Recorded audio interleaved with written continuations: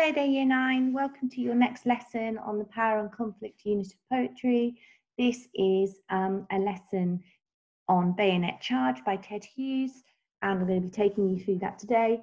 Today we're going to be predominantly looking at analysing the poem in the first lesson, and then as we move on through the week, you're going to have the opportunity to be writing about this poem. So by the end of this video, I'm hoping that you'll understand enough about the character in the poem Bayonet Charge, who's a soldier. You're going to understand enough about him to be able to describe his feelings. You're going to be able to understand and explain how the writer uses language to communicate the feelings of the soldier to the reader, and you're going to be able to evaluate the effectiveness of the poem in delivering its message to the reader. So I've said to you before about kind of developing your own opinions and being able to feel confident in those. So in this video today, there are two ways that you can do it. After this slide, there's a little starter task for you. And then the next slide, slide 3, is going to be an analysis of the poem by me. So I'm going to talk you through the poem like I did with Ozymandias.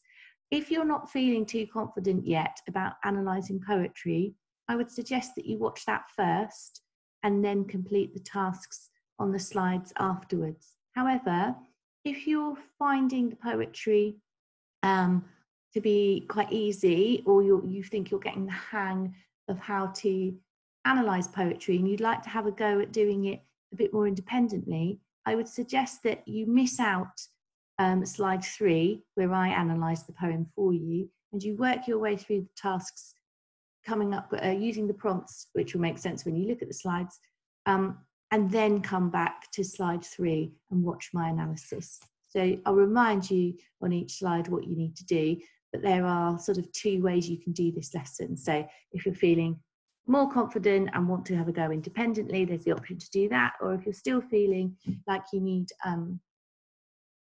a bit more guidance, then that's fine, and you can watch slide 3. Okay, as ever, this is a non-stop video, so when you've got a task to do, you need to just pause me and then restart the video and come back to me. Okay, so the first thing I want you to do, there's a picture here, and this poem again is about World War I, or it's based on World War I, and it is about the notion of going over the top. Okay, now going over the top is when soldiers run to the enemy trenches from your own trench, and you're running basically across this, as you can see, this kind of really difficult terrain and landscape, terrifying experience for lots of soldiers during World War I. And so here we have a picture of no man's land. As a soldier, I want you to imagine that you are a soldier, and I want you to imagine that you are going to have to go over the top. And I just want you to imagine what that must feel like. And I want you to pick a word from the top of the screen that you think would best describe how you feel as you're about to go over the top. So do you feel fear? Do you feel pride for your country? Do you feel patriotism? Do you feel determination? Do you feel terror, anger, shock, tiredness? Or maybe it's a combination of those things. And I want you just to consider each of those words and kind of why or how a soldier might experience those feelings before doing this kind of really terrifying thing. But I want you to imagine, if it was you, what do you think you would be feeling? And why do you think you would be feeling this way? Of course, there's probably the obvious idea of you may be facing certain death. But I want you to try and consider what reasons somebody might have for going to war in the first place. Now, in World War I, some soldiers didn't really get a choice to do this, but there were lots of people who willingly went to war in World War I. So have a think about why that might be. And do you think actually that there would be a change in your attitude as you went over the top, and why? But this is really just trying to get you to empathise, really, which is very difficult when you're sat at home in safety, but I'm sure you've seen enough videos and accounts from kind of World War One to be able to try and empathise how soldiers might have been feeling. So just have a consider of those feelings and jot them down just to help you when you come to read the poem. Okay, so I am going to read you the poem now, and I'm going to then go through some things that I think are useful for you in an analysis of this poem. If you are feeling more confident, you can skip this and come back to it at the end. The next slide is going through an analysis of the poem with key details and prompting you to try and come up with the analysis yourself. Here I'm just going to give you a talk through the poem. So if you're feeling confident, skip to the next slide. If you're not feeling confident yet, that's fine. Watch this one first. Okay, so this is Bayonet Charge. Suddenly he awoke and was running, raw, in raw, seamed hot khaki, his sweat heavy, stumbling across a field of clods towards a green hedge that dazzled with rifle fire, hearing bullets smacking the belly out of the air. He lugged a rifle, numb as a smashed arm, the patriotic tear that had brimmed in his eye, sweating like molten iron from the centre of his chest. In bewilderment then, he almost stopped. In what cold clockwork of the stars and the nations was he, the hand pointing that second? He was running like a man who's jumped up in the dark and runs, listening between his footfalls for the reason of his still running, and his foot hung like statuary in mid-stride. Then the shot slashed furrows, threw up a yellow hair that rolled like a flame and crawled in a threshing circle, its mouth wide, open, silent, its eyes standing out. He plunged past with his bayonet towards the green hedge. King, honour, human dignity, etc., dropped like luxuries in a yelling alarm to get out of that blue crackling air, his terrors touchy dynamite. Okay, so this is actually one of my favourite poems to teach. And when Mr. Caseman and I was dividing up the poems of who was going to make videos of what, I wanted to do this one because I really enjoy teaching it.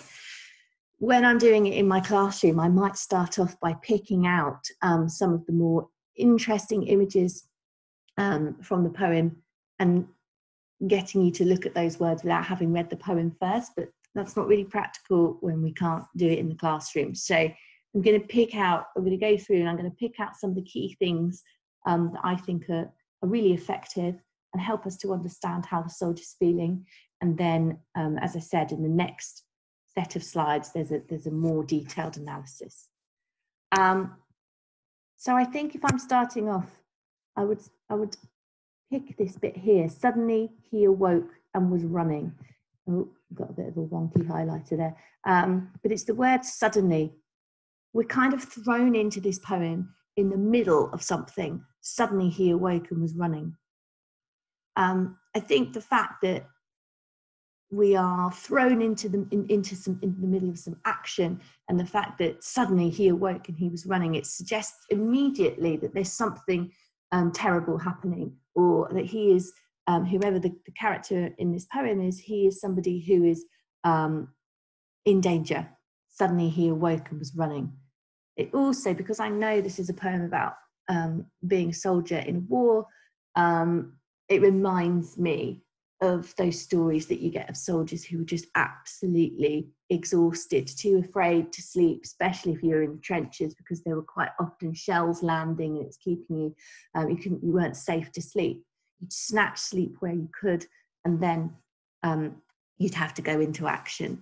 So there's that suddenly he awoke and he was running really helps me to understand that this soldier must be incredibly exhausted and terrified.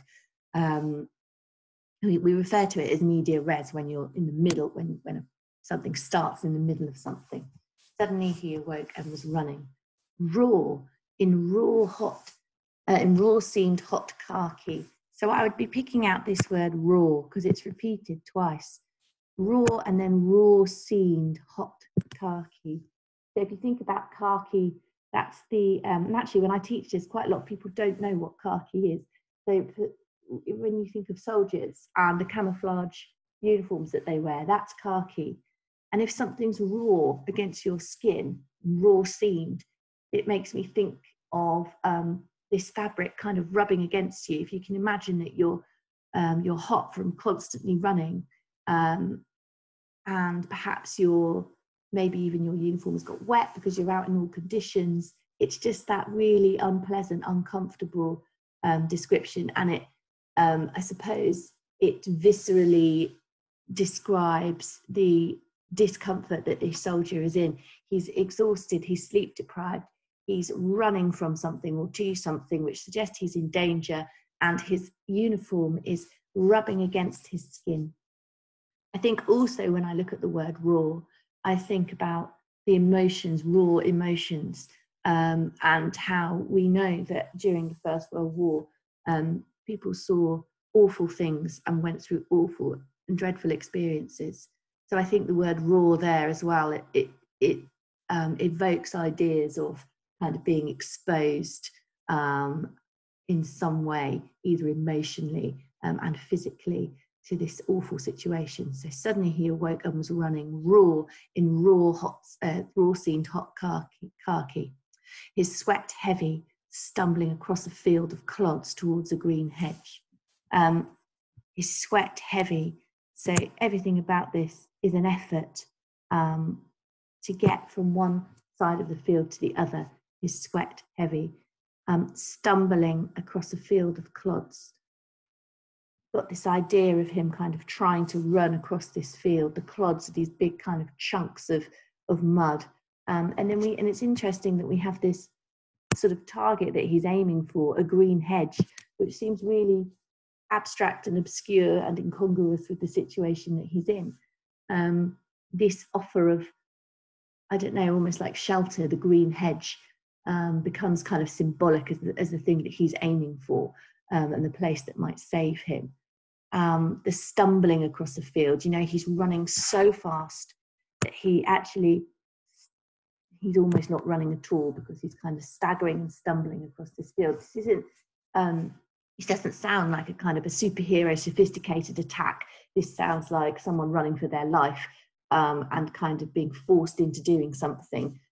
So you can imagine, if you think back to those words that you were thinking about in the last slide, about how you might feel if you had to go over the top, then this kind of quite cleverly conveys that. The green hedge is confusing because it dazzles him with rifle fire. So this green hedge that he's aiming for, if something dazzles you, it blinds you, doesn't it?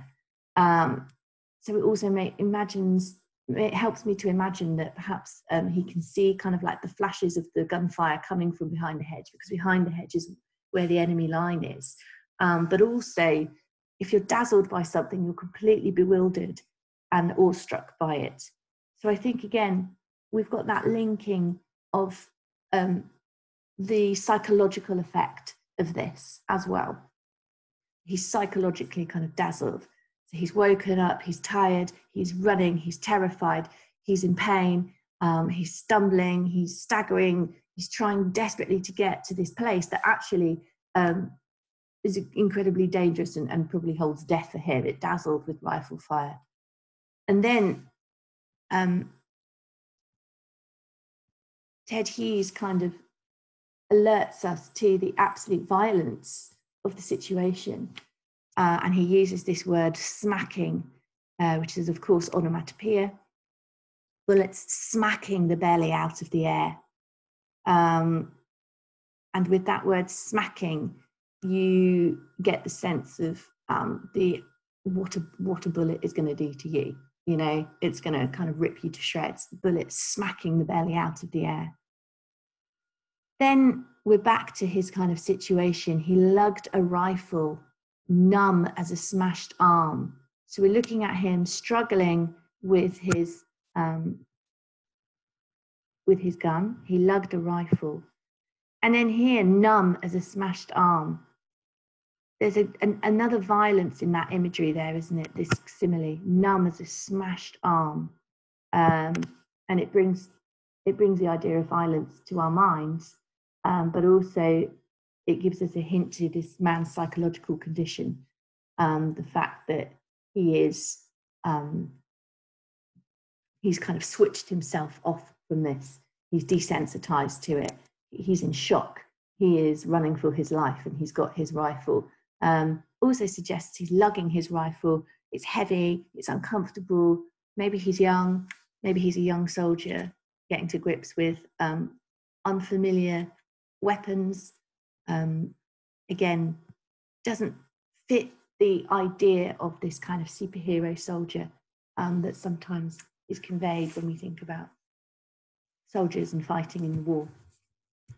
And I think that point is linked when he says the patriotic tear that had brimmed in his eye, sweating like molten iron from the center of his chest.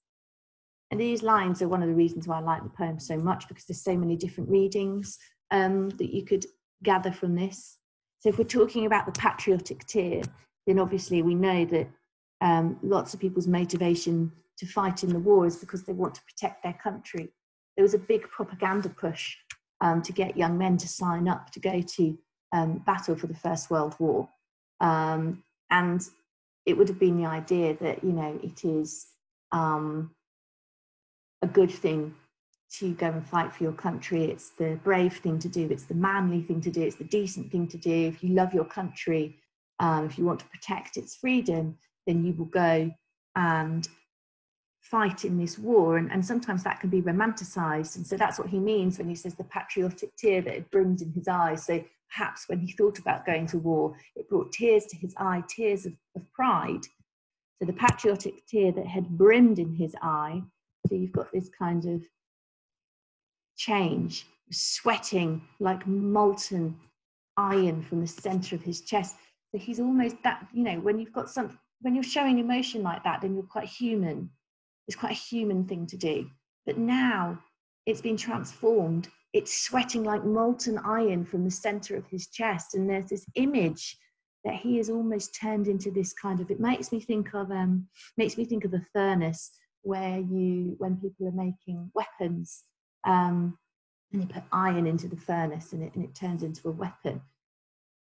It's almost like the soldier is undergoing some kind of transformation because of the situation that he's been put in, because the reality of war is far from romantic, and being patriotic is not particularly useful to you when you're about to go running to your death. So sweating like molten iron from the center of the chest makes him sound like some kind of industrialized machine.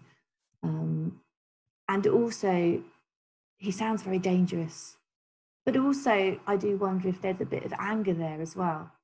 You know, it was a tear that had brimmed in his eye when he was feeling patriotic, when he was feeling that he had love for this country and he wanted to go to war. But now it's sweating like molten iron from the center of his chest, like some kind of volcano about to erupt. You know, perhaps there's an anger there.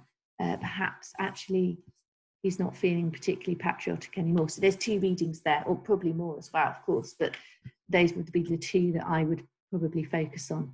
Sweating like molten iron from the center of his chest. So there's a really lovely image there, and yeah, that's a simile, of course.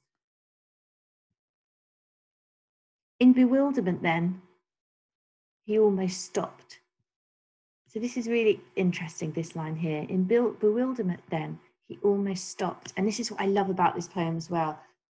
Ted Hughes is really clever in that he absolutely, in the midst of all this chaos, this first stanza is completely full of action, and you can really empathize with the situation. You can hear the noises, you can hear the gunfire, you can almost see him stumbling and running.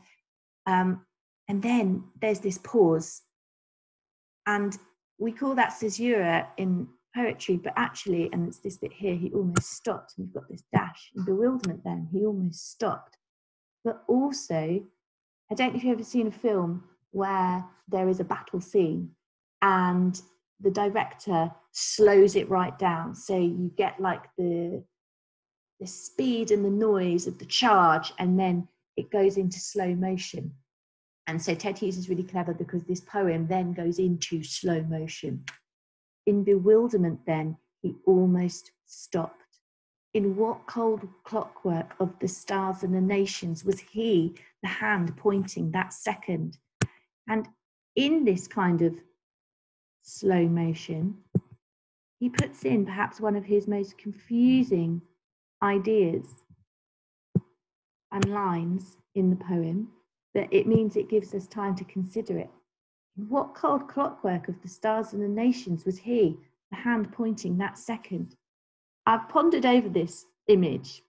I've been teaching this poetry for lots of years, and there's a lot going on in these two lines that is brilliant. So the first thing is this image of the cold clockwork of the stars.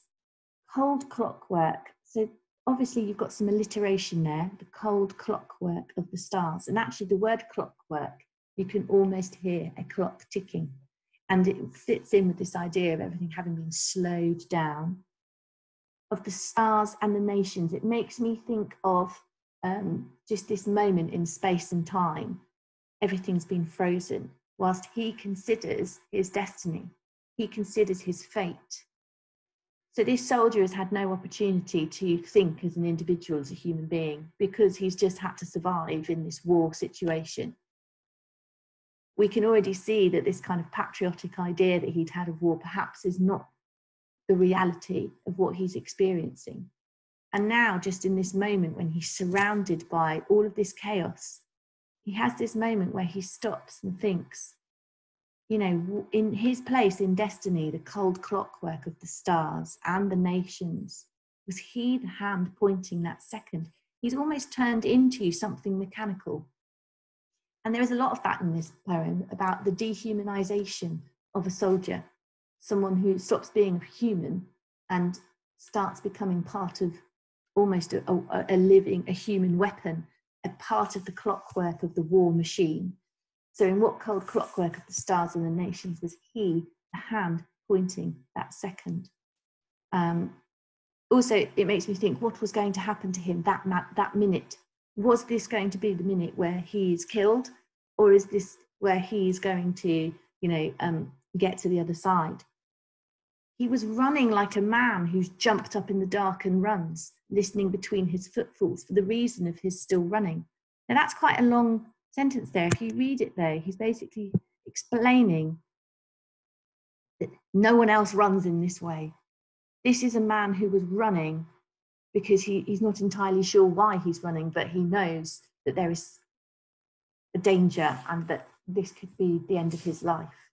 He was running like a man who's jumped up in the dark and runs listening between his footfalls for the reason of his still running.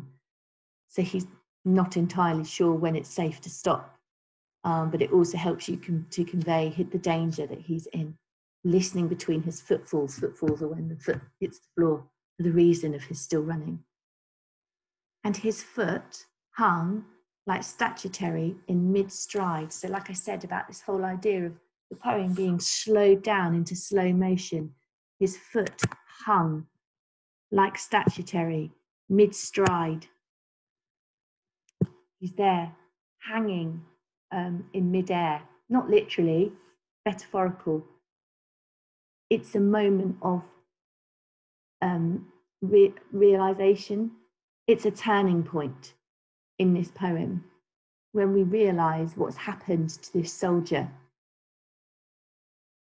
And then it speeds up again. Then the shot slashed furrows threw up a yellow hair. So we've got some really nice use of sibilants there, but also it sounds quite angry. This is perhaps where we feel the criticism coming through from Ted Hughes, from the poet or the poetic voice. The shot slashed furrows sounds angry and violent. The furrows are the ground that's been all sort of scuffed up by warfare.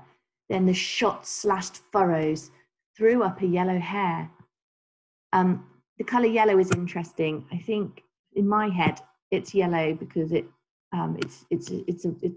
not the right colour for a hair. Hair would not be yellow, but also it suggests to me that perhaps it is in the midst of this battle, almost like it is on fire. And it says it rolled like a flame and crawled in a threshing circle. Really distressing image there of this hair, a threshing circle, as if you're threshing something, you're cutting down corn or some kind of crop.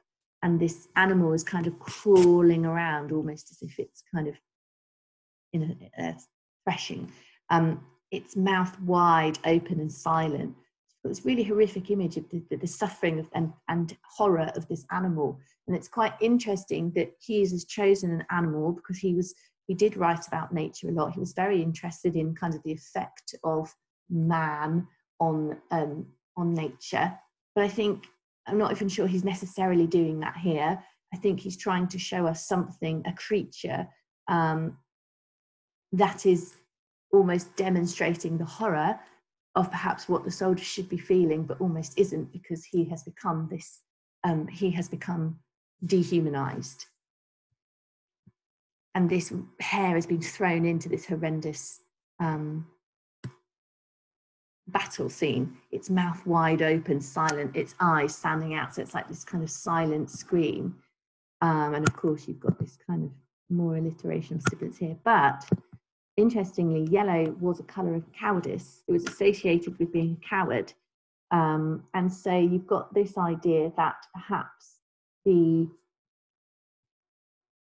hare is almost a metaphor for perhaps what the soldier is truly feeling, but cannot allow into his conscious, because the culture amongst soldiers in the First World War, you know, was that you could not be afraid, and that would not be manly, and that would be going against your country.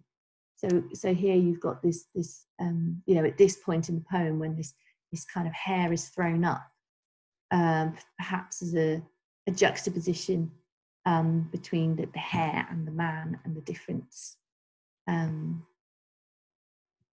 what they're experiencing, or how they're expressing, or what they're allowing, what he's allowing into his mind. Actually, I think probably when we're talking about the slow motion bit, this bit actually is still quite slow. The shot slashed furrows threw up a yellow hare that rolled like a flame, because this bit here crawled in a threshing circle, its mouth wide open,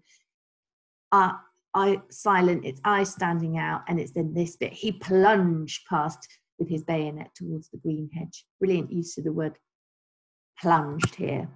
Kind of a plosive, isn't it? The word that kind of explodes out. He plunged past.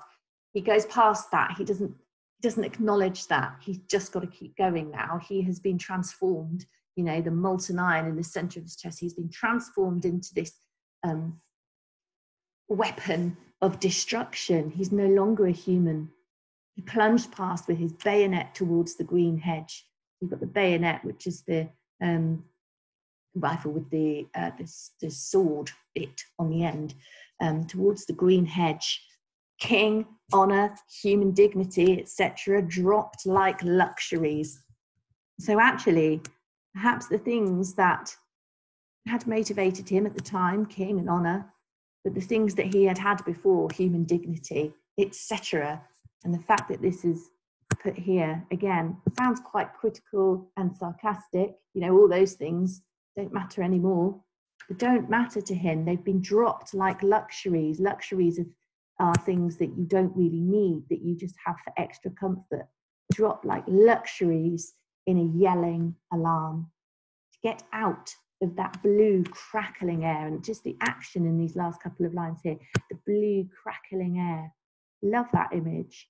And imagine it's like fireworks night, isn't it? Where you've got all the gunpowder, like the smoke in the air. The air feels blue and electric and crackling with the explosions. So to get out of that blue crackling air, his terrors, touchy dynamite. So it's almost like warfare has harnessed the extreme fear that this man is experiencing, and it turned it into a weapon, dynamite. So everything that had motivated him, all these things that made him human, had motivated him to go and do something that he felt was worthwhile. All that gets left, because actually what it becomes about is survival. And also survival includes killing other people. So to get out of that blue crackling air, his terrors, touchy dynamite, he becomes himself a weapon. And that is why that's such an effective poem. So that's just a little talk through of that for you, and how I would read it. But again, there are you know, if any one of your teachers taught you, they might teach you in a slightly different analysis. They might teach you a slightly different reading, because that's the nature of poetry. I'm just going to take you through the next slides, but as I said, you may well have skipped this one out and then you're coming back to it afterwards. So just to take you through now, you'll see that we have each section from the poem, and there are some questions to help you. So I've gone through, those of you who've watched the analysis of the poem, I've already gone through that with you. So that would be a really good way of you now kind of testing your understanding of what I've said. So if you go through this now and try to answer these questions, pause each one, that's a good way of testing your understanding. And then for those of you who haven't watched the video yet, then you can go through these next slides and try and answer the questions, and then go back and watch my video and see if that helps you to answer them. So there's this one. Suddenly he awoke and was running. Imagine you're daydreaming and you suddenly awake, because that's kind of almost a bit like what's happened to him. How do you feel for a few seconds? Why might the soldier have done this just before going over the top? What does this tell you about the difference between the man's mind and the man's body? So the way I read that poem is that he's exhausted and that he's kind of half asleep and then has to go over. But then there's also the suggestion here that perhaps actually it's not that. Perhaps it's more of a mental thing that's happened to him. He's kind of zoned out and then it's kind of clicked back on. And it's that idea again about sort of dehumanization. So have a think about those and then go on to the next slide. So this one is the idea that the soldier is struggling. He's working hard to move. The idea that the soldier is being attacked, and why he's just up and starts running. We've got some techniques here. You've got alliteration, you've got some verbs that are to do with the idea of physically struggling, some personification, and the idea that he, the soldier, is becoming less and less human. We've talked about that image in my video, but if you are doing this first, then just have a think about that.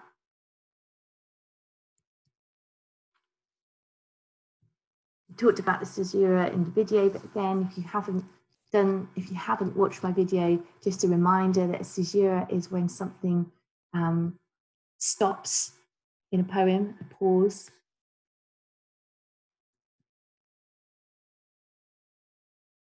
And just to introduce you, I was talking in the video, but again, if you haven't watched the video of the analysis yet, you can go back to it.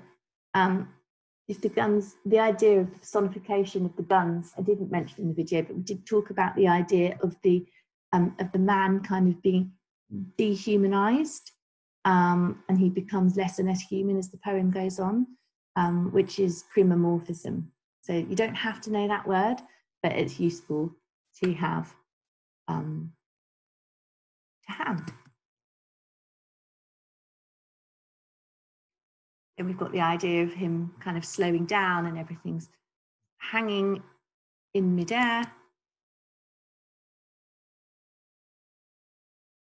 The idea of the hair and the shot-slashed furrows. So again, think about why I said the writer might have decided to talk about the hair at that point in the poem, but also, again, if you haven't watched the video, then you can consider this first, what the hair might represent. Is it symbolic of anything? Is it a metaphor of anything? And then the last line in the stanza mirrors the third line in the first as well. He's gone from stumbling across a field of clods to plunging past with his bayonet towards a green hedge. So think about the difference there.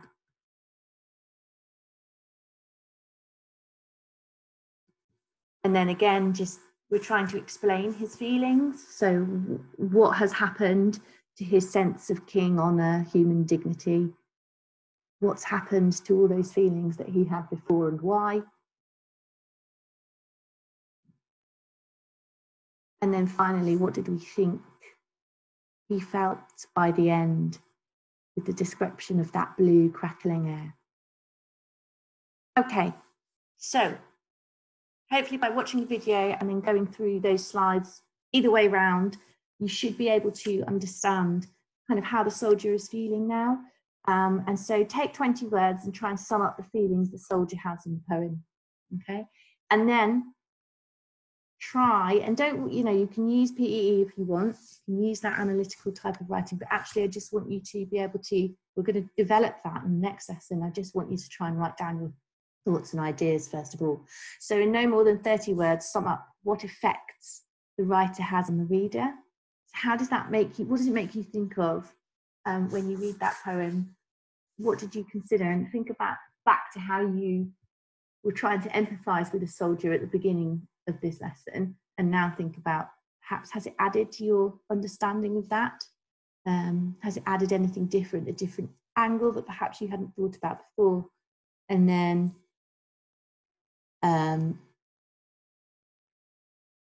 finally, just decide whether you think the poem is effective in delivering that message and why. So what is it, what techniques or what things, ideas is it in the poem that helps you to think that?